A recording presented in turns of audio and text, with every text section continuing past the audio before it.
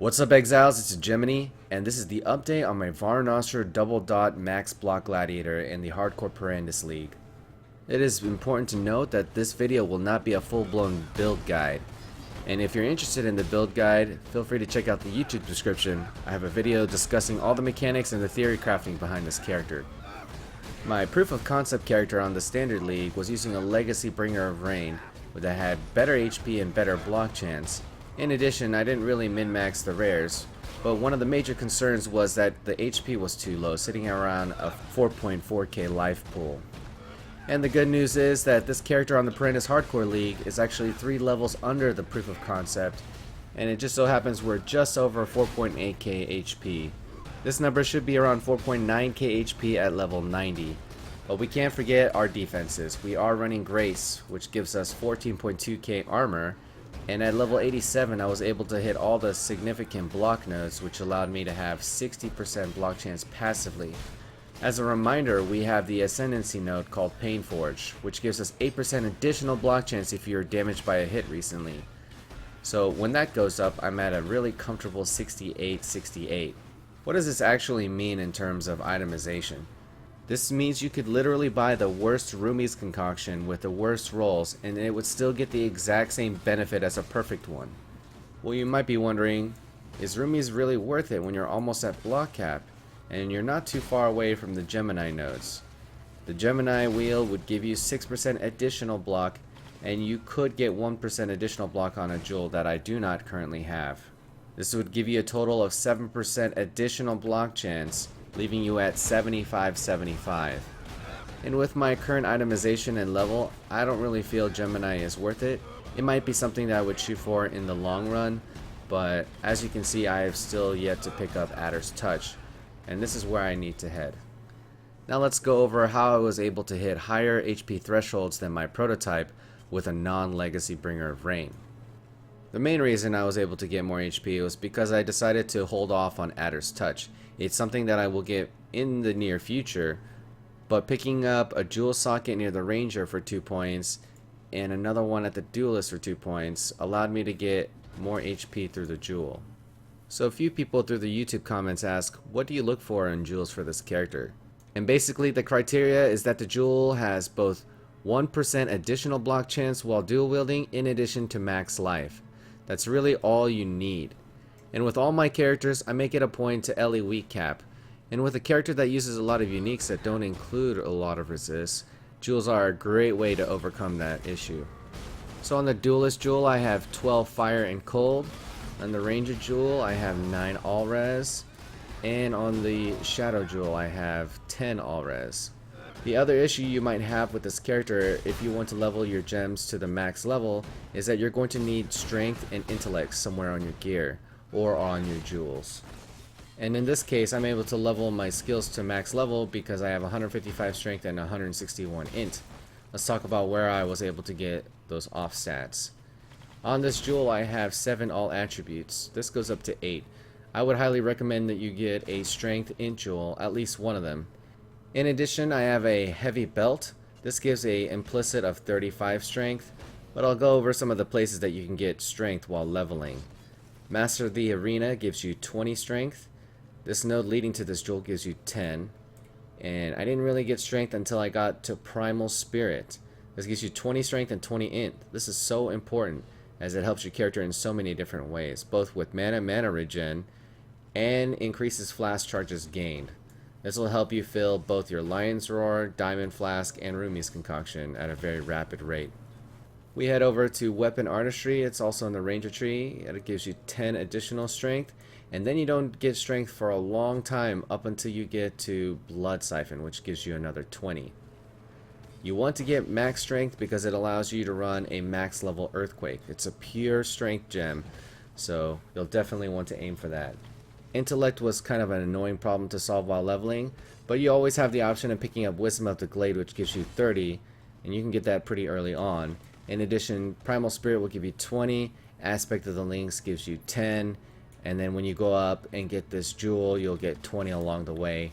And there are some other avenues like Cold-Hearted Calculation and Shadow with Trickery, in addition to Coordination. You just have to hang in there. And then you might be wondering, what could I possibly use that would require 155 int? And the answer is vulnerability. This is the only pure int skill that this character uses. And if you only care about leveling up your support gems, you'll only need 111. And as far as my gear goes, I only have 50 int on this one ring and one jewel with 7 all stats. When I head towards Adder's Touch, I'll pick up another int node, so it'll take some of the stress off of int.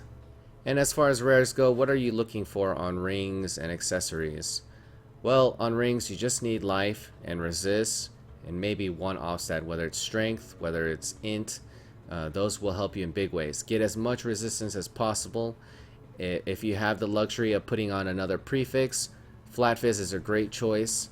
My BIS prefixes for the rings would include life, Flat Fizz, flat evasion, because we scale evasion and then convert it to armor, so it would increase my armor in big ways. And as for suffixes, try to get one of your off stats and as much res as possible. All sets is another great choice to get, as it will help leveling your gems. And as far as suffixes, it's really nice if you can get a decent amount of accuracy. Note that my rings weren't really expensive. This Rage Twirl Ruby ring cost me 20 chaos, and this Demon Knuckle cost me 8. As for prefixes, the most important ones are flat armor and life. As for the third prefix, Flask Life Recovery Rate is pretty good, and even crafting movement speed at the Tora bench is very good. The only prefix you want to avoid is flat ES, but that's mainly because you're using Blood Rage, which always degens your ES. And Blood Rage also increases its damage based off of your max ES, so the more ES you get, the more Blood Rage degen you're going to get on your health. The number is quite low on this belt, so it doesn't really matter, but if you're min-maxing, it does make a small difference. I would definitely think twice about buying a belt that had 46 maximum energy shield, because more than likely the guy's going to make you pay for that property. And as for your suffixes, resists are always nice, get as much as you can, and flask properties that include prolonging the effect, reducing the charges used, or increasing the charges gained are always good. For this character's current state, I've chosen to go Perpetual Diamond Flask of Warding. Since I'm not quite at Adder's Touch, I'm missing out on a few more crit chance nodes that I really want. Once I get Adder's Touch, I will swap over to an Series Flask, and that will also help my Chaos Resist. And as far as my HP Flask, the Bubbling Divine Flask of Staunching is a great choice, and Seething Divine Flask of Grounding. Both of these are instant flask, and since my HP threshold is not that high, these are still quite effective.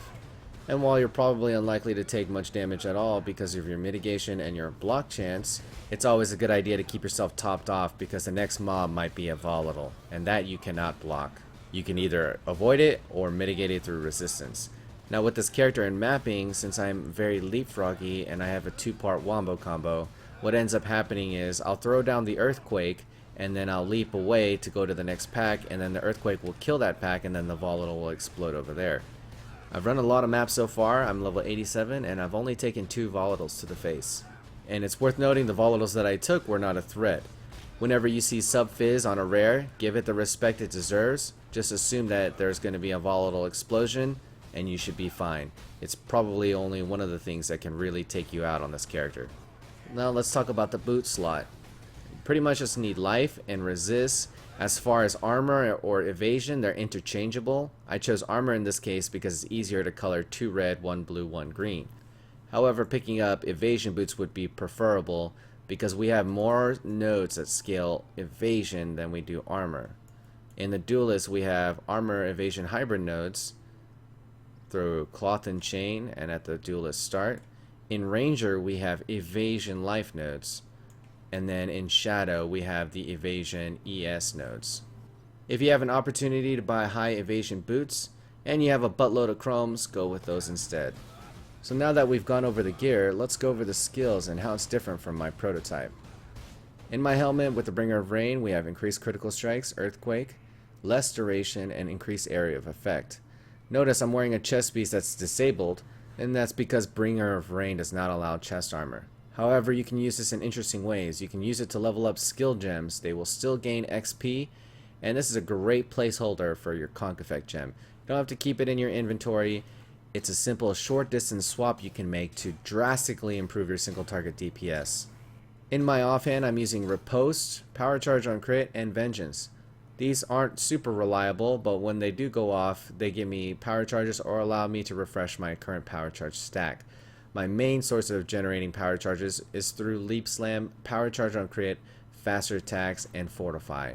This is a very touch and go character that abuses very good attack speed with Leap Slam, so keeping up Fortify has never been a problem. This character has great AoE and single target DPS, so you don't have to worry about comboing Leap Slam while you take down bosses. And since we're using Fortify in this manner, I highly recommend that you invest into a quality Fortify as it extends the duration of the Fortify effect. My gloves I use for my buffs, Vulnerability, Enduring Cry, Grace, and Blasphemy. And lastly, in my weapon I have Blood Rage, Summon Ice Golem, and Vol Lightning Trap. Blood Rage and Ice Golem I use all the time. And as far as Vol Lightning Trap, this would give me shock potential without doing any lightning damage, and it just lays out shocked ground. It's really nice for scaling the initial hit and both of the dots. However, it is worth noting I haven't felt the need to use it. The damage is so good right now, I haven't really found an opportunity to use it. However, I think this will change when I get into higher tier maps, as they will have more monster life, enfeeble, and fizz damage reduction.